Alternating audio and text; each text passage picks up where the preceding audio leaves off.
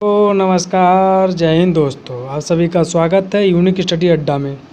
रोजाना daily current affair की तहत 30 मार्च में जितने भी महत्वपूर्ण करंट अफेयर बनेंगे हम उसको जानेंगे। वीडियो में अंत तक बने रहेगा। यदि चैनल पर नए हैं तो चैनल को लाइक, सब्सक्राइब और शेयर जरूर कीजिएगा।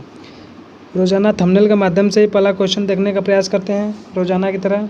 देखिए पहला क्वेश्चन क्या है हम लोगों का, समलैंगिक विवाह को किसने वैध बनाया है, यानी समलैंगिक विवाह को मान्यता किस देश ने दी है, देखिए कहाँ पर यह वैध बनाया गया है। देखिए ए में है न्यूजीलैंड, बी में है थाईलैंड, सी में है भारत, डी में है कोई नहीं। इसका सही आंसर हो जाएगा ऑप्शन नंबर बी, यानी कि थाईलैंड। थाईलैंड देश ने समलैंगिक विवाह को वैध बनाया है। समलैंगिक विवाह का तात्पर्य होता है कि पुरुष पुरुष से शादी कर सकते हैं और स्त्री स्त्री से शादी कर सकती हैं, लेकिन समलैंगिक जिसकी इस प्रकार शादी कर सकते हैं। और देखिए भारत में यह देखिए कानून के लिए प्रस्तावित था, लेकिन सुप्रीम कोर्ट ने इसे खारिज कर दिया है, मान्यता नहीं दिया है। और बात करें थाईलैंड की राजधानी क्या है, बैंकॉक है। अब नेक्स्ट क्वेश्चन देखते हैं हम लोग। देखिए नेक्स्ट क्वेश्चन है हम लोगों का कि हाल ही में अभी बॉक्सिंग सब जूनियर नेशनल चैम्पियनशिप में कौन चैम्पियन बना है।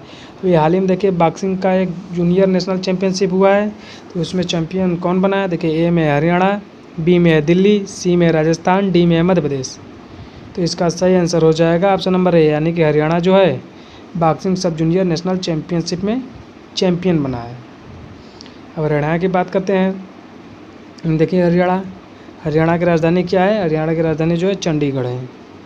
हरियाणा में कौन कौन से झील पाए जाते हैं, हरियाणा में देखिए हथनी कुंड, सूरज कुंड झील जो है हरियाणा में पाए जाते हैं। और हरियाणा में सिंधु घाटी सभ्यता के 2 प्रमुख स्थल भी पाए जाते हैं, वह कौन कौन से हैं। देखिए बनावली और आखीगढ़ी सिंधु घाटी सभ्यता हैं जो हरियाणा में पाई जाती हैं। हरियाणा का प्रमुख क्षेत्र की बात करें तो देखिए प्रमुख स्थान है वहाँ का कुरुक्षेत्र है, जहाँ पर महाभारत का युद्ध हुआ था।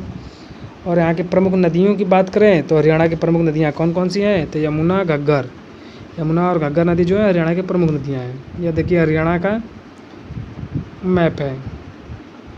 और बात करें हरियाणा की स्थापना दिवस कब मनाते हैं, तो 1 नवंबर 1966 ईस्वी को।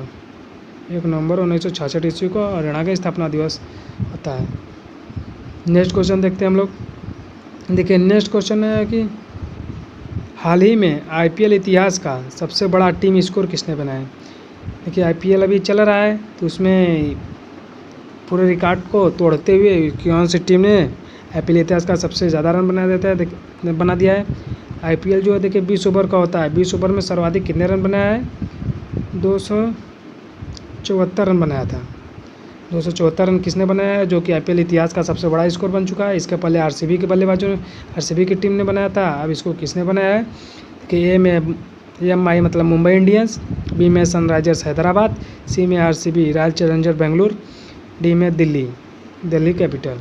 इसका सही आंसर हो जाएगा option number B, Sunrisers Hyderabad के बल्लेबाजों ने आईपीएल इतिहास का सबसे बड़ा स्कोर खड़ा किया है।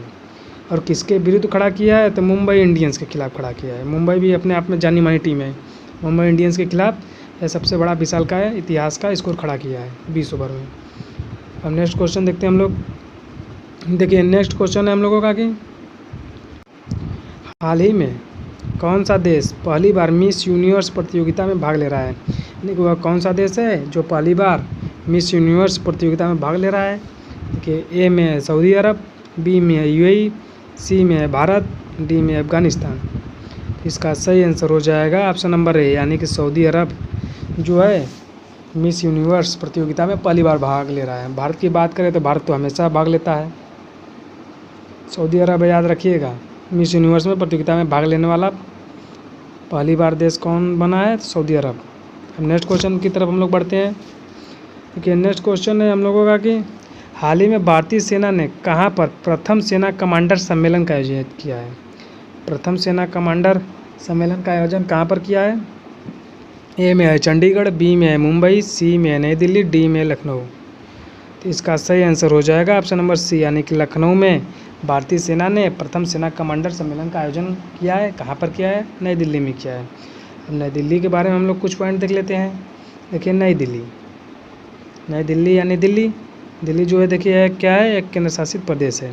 कभी कभी यह भी क्वेश्चन पूछ देता है कि दिल्ली किस पहाड़ी पर स्थित है, तो दिल्ली किस पहाड़ी पर स्थित है, रायसीना पहाड़ी पर स्थित है। और दिल्ली में कौन कौन से हिस्टोरिकल पैलेस या स्थल हैं, मस्जिद हैं? तो देखिए लाल किला भी दिल्ली में है, जामा मस्जिद, कुतुब मीनार, हुमायूं का मकबरा, अक्षरधाम मंदिर, ये सब कहाँ पर है? दिल्ली में ही है। दिल्ली में ही लोटस टेम्पल है।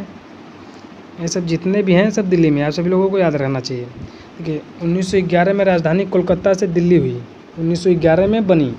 तो देखिए 1911 में घोषणा हुई कि जैसे कि भारत की राजधानी क्या रहेगी, कोलकाता से दिल्ली होगी। लेकिन पूर्ण रूपेण कब बनी है? दिल्ली पूर्ण रूपेण कब बनी है? तो 1912 में पूर्ण रूपेण बनी है। घोषणा कब हुई थी? 1911 में हुई थी। ये बात पूछा कि दिल्ली किस नदी के किनारे स्थित है? तो दिल्ली देखिए यमुना नदी के किनारे स्थित है। दिल्ली जो है यमुना नदी के किनारे स्थित है। और यमुना नदी को हम लोग काली नदी कहते हैं। इसकी कुछ तो विशेषता होगी, इसलिए काली नदी कहते हैं। यमुना नदी को काली नदी इसलिए कहते हैं क्योंकि यहाँ का बहुत ही ज़्यादा प्रदूषित जल है, जिसके कारण यहाँ की नदियों का पानी जो है काला दिखाई देता है, इसलिए इसको काली नदी की संज्ञा दी गई है। देखिए यही है यमुना नदी जा रही है दिल्ली से। यह देखिए दिल्ली का मैप है। दिल्ली एक केंद्र शासित प्रदेश है, तो आप जानते ही हैं। दिल्ली के वर्तमान में सीएम कौन है? अरविंद केजरीवाल हैं। अब नेक्स्ट क्वेश्चन देखते हैं हम लोग। देखिए नेक्स्ट क्वेश्चन है हम लोगों का कि हाल ही में कल्याण चालुक्य राजवंश 900 साल पुराना कन्नड़ शिलालेख किस राज्य में पाया गया? तो देखिए वह कौन सा राज्य है जहाँ पर 900 साल पुराना चालुक्य राजवंश से संबंधित कन्नड़ शिलालेख क्या होता है? देखिए जो पत्थरों पर हम लोग लिपि लिखते हैं उसी को शिलालेख कहते हैं। पत्थरों पर लिखाई को शिलालेख कहते हैं। शिला यानी पत्थर, लेख मतलब लिखना। पत्थरों पर लिखावट को क्या कहते हैं? शिलालेख कहते हैं। कन्नड़ शिलालेख कहाँ पर मिला है? चालुक्य राजवंश से संबंधित, जो कि 900 साल पुराना है। देखिए ए में है तेलंगाना, बी में है मुंबई, सी में है नई दिल्ली, डी में है गुजरात। तो इसका सही आंसर हो जाएगा ऑप्शन नंबर ए, यानी कि तेलंगाना। तेलंगाना में मिला है 900 साल पुराना कन्नड़ शिलालेख। वो भी किस राजवंश से संबंधित है? चालुक्य राजवंश से संबंधित है। नेक्स्ट क्वेश्चन देखते हैं हम लोग। तेलंगाना के बारे में कुछ पॉइंट देख लेते हैं। देखिए तेलंगाना का सीएम कौन है? रेवंत रेड्डी। और राज्यपाल की बात करें तो तमिलसाई सौंदरराजन है। और यहाँ पर कौन कौन से बांध हैं? तो देखिए निजाम सागर बांध, श्री राम सागर बांध, ये सब कहाँ पर है? तेलंगाना में ही है। तेलंगाना की राजधानी क्या है? हैदराबाद है। तेलंगाना की राजधानी हैदराबाद है। कभी कभी यह भी क्वेश्चन पूछ देता है कि हैदराबाद किस नदी के किनारे स्थित है? तो मूसी नदी के किनारे स्थित है। ऐसे भी क्वेश्चन पूछता है दिल्ली लखनऊ किस नदी के किनारे स्थित है? तो गोमती नदी के किनारे स्थित है। और जौनपुर पूछ देगा तो जौनपुर भी देखिए गोमती नदी के किनारे स्थित है। बनारस पूछेगा तो बनारस जो है देखिए गंगा नदी के किनारे स्थित है। उज्जैन पूछेगा तो उज्जैन जो है क्षिप्रा नदी के किनारे स्थित है। ये सब रिलेटेड स्टैटिक जीके का पॉइंट है, सभी लोगों को याद रहना चाहिए। देखिए तेलंगाना की स्थापना हम लोग 2 जून 2014 को हुआ था। भारत का दूसरा सबसे बड़ा महोत्सव बथुकम्बा है, कहाँ पर मनाया जाता है? तेलंगाना में मनाया जाता है। सबसे बड़ा क्या है? तो कुंभ मेला है। कुंभ मेले के बाद कौन है? बथुकम्बा है। और रामप्पा मंदिर कहाँ पर है? तेलंगाना में। यह भी क्वेश्चन देखिए कभी कभी आता है। अब नेक्स्ट क्वेश्चन देखते हैं हम लोग। देखिए नेक्स्ट क्वेश्चन है हम लोगों का कि हाल ही में दिनकर अस्थाना को किस देश में भारतीय उच्चायुक्त नियुक्त किया गया है? देखिए ए में है पेरू, बी में है गाम्बिया, सी में है यूक्रेन, डी में नानादी, यानी कि इनमें से कोई नहीं। तो इसका सही आंसर हो जाएगा ऑप्शन नंबर बी, यानी कि गाम्बिया। गाम्बिया में उच्चायुक्त कौन है? तो दिनकर अस्थाना है। अब नेक्स्ट क्वेश्चन देखते हैं हम लोग। नेक्स्ट क्वेश्चन है हम लोगों का कि हाल ही में ईवी चार्जिंग स्टेशन के लिए टाटा ने किसके साथ साझेदारी किया है? देखिए इलेक्ट्रॉनिक व्हीकल चार्जिंग स्टेशन के लिए टाटा ने किसके साथ साझेदारी किया? ईवी का मतलब इलेक्ट्रॉनिक व्हीकल हो गया। कि ए में है HPCL, बी में है BPCL, सी में BHEL, डी में नानादीज, यानी कि इनमें से कोई नहीं। तो इसका सही आंसर हो जाएगा ऑप्शन नंबर बी, यानी कि BPCL, Bharat petroleum corporation limited.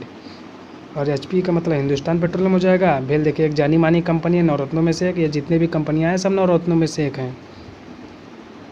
किसके साथ साझेदारी किया है? तो BPCL के साथ साझेदारी किया है। अब नेक्स्ट क्वेश्चन देखते हैं हम लोग। देखिए नेक्स्ट क्वेश्चन हम लोगों का कि हाल ही में लुइस मोंटेनेग्रो किस देश के PM बने हैं? देखिए ए में है पेरू, बी में है गाम्बिया, सी में यूक्रेन, डी में पुर्तगाल। इसका सही आंसर हो जाएगा ऑप्शन नंबर डी, यानी कि पुर्तगाल के PM हैं। अब स्टैटिक जीके के अंतर्गत हम लोग प्रमुख देश की संसदों के नाम लोग देख लेते हैं, जो कि SSC का मोस्ट फेवरेट टॉपिक है। देखिए नेपाल की संसद को क्या कहते हैं? राष्ट्रीय पंचायत। रूस की संसद को ड्यूमा कहते हैं। चीन की संसद को नेशनल पीपल कांग्रेस कहते हैं। वह फ्रांस की संसद को नेशनल असेंबली कहते हैं। ईरान की संसद को मजलिस कहते हैं। रही बात करें अफगानिस्तान की संसद को शूरा कहते हैं। मलेशिया की संसद को दीवान निगारा। पोलैंड की संसद को हम लोग क्या कहते हैं, सेज्म कहते हैं। मंगोलिया की संसद को खुरल कहते हैं। देखिए पेपर में अक्सर पूछता है, मंगोलिया की संसद को क्या कहते हैं, खुरल कहते हैं। और तुर्की की संसद को हम लोग कहते हैं ग्रैंड नेशनल असेंबली। हम नेक्स्ट देखते हैं हम लोग संसदों के बारे में। डेनमार्क की संसद को फोल्केटिंग कहते हैं। स्विट्जरलैंड की संसद को फेडरल असेंबली। व नीदरलैंड की पूछे तो स्टेट जनरल कहते हैं हम लोग। ब्राज़ील की राष्ट्रीय कांग्रेस कहते हैं। इटली की संसद को हम लोग सीनेट कहते हैं। व कुवैत की संसद को नेशनल असेंबली कहते हैं। और यही बात कहे कि सऊदी अरब की संसद को हम लोग क्या कहते हैं, तो मजलिस अल शूरा कहते हैं। अगर कहीं खाली अफगानिस्तान रहेगा तो अफगानिस्तान का क्या होगा, शूरा या शोरा का हो जाएगा। अब नेक्स्ट संसदों के बारे में देखते हैं हम लोग। देखिए मिस्र की संसद को पीपुल असेंबली कहते हैं। वह पाकिस्तान की संसद की बात करें तो नेशनल असेंबली। जर्मनी की संसद को बुंडेस्टैग कहते हैं हम लोग। यूएसए की संसद को कांग्रेस कहते हैं। वह बांग्लादेश की संसद की बात पूछे तो जातीय संसद कहते हैं। स्पेन की संसद को कोर्ट्रेस कहते हैं। मालदीव की संसद को मजलिस कहते हैं हम लोग। और इजराइल की संसद की बात करें तो नेसेट, इजराइल की संसद नेसेट। जापान की संसद को डायट। ऑस्ट्रेलिया की संसद को हम लोग क्या कहते हैं, संघीय संसद कहते हैं। स्पेन की संसद के कोर्ट्रेस। देखिए कम से कम तो अपने भारत के पड़ोसी देशों का तो संसद तो याद ही रहना चाहिए। इसी के साथ वीडियो यहीं पर समाप्त होता है दोस्तों। अगर वीडियो पसंद आया हो तो लाइक, सब्सक्राइब और शेयर जरूर कीजिएगा। धन्यवाद। जय हिंद।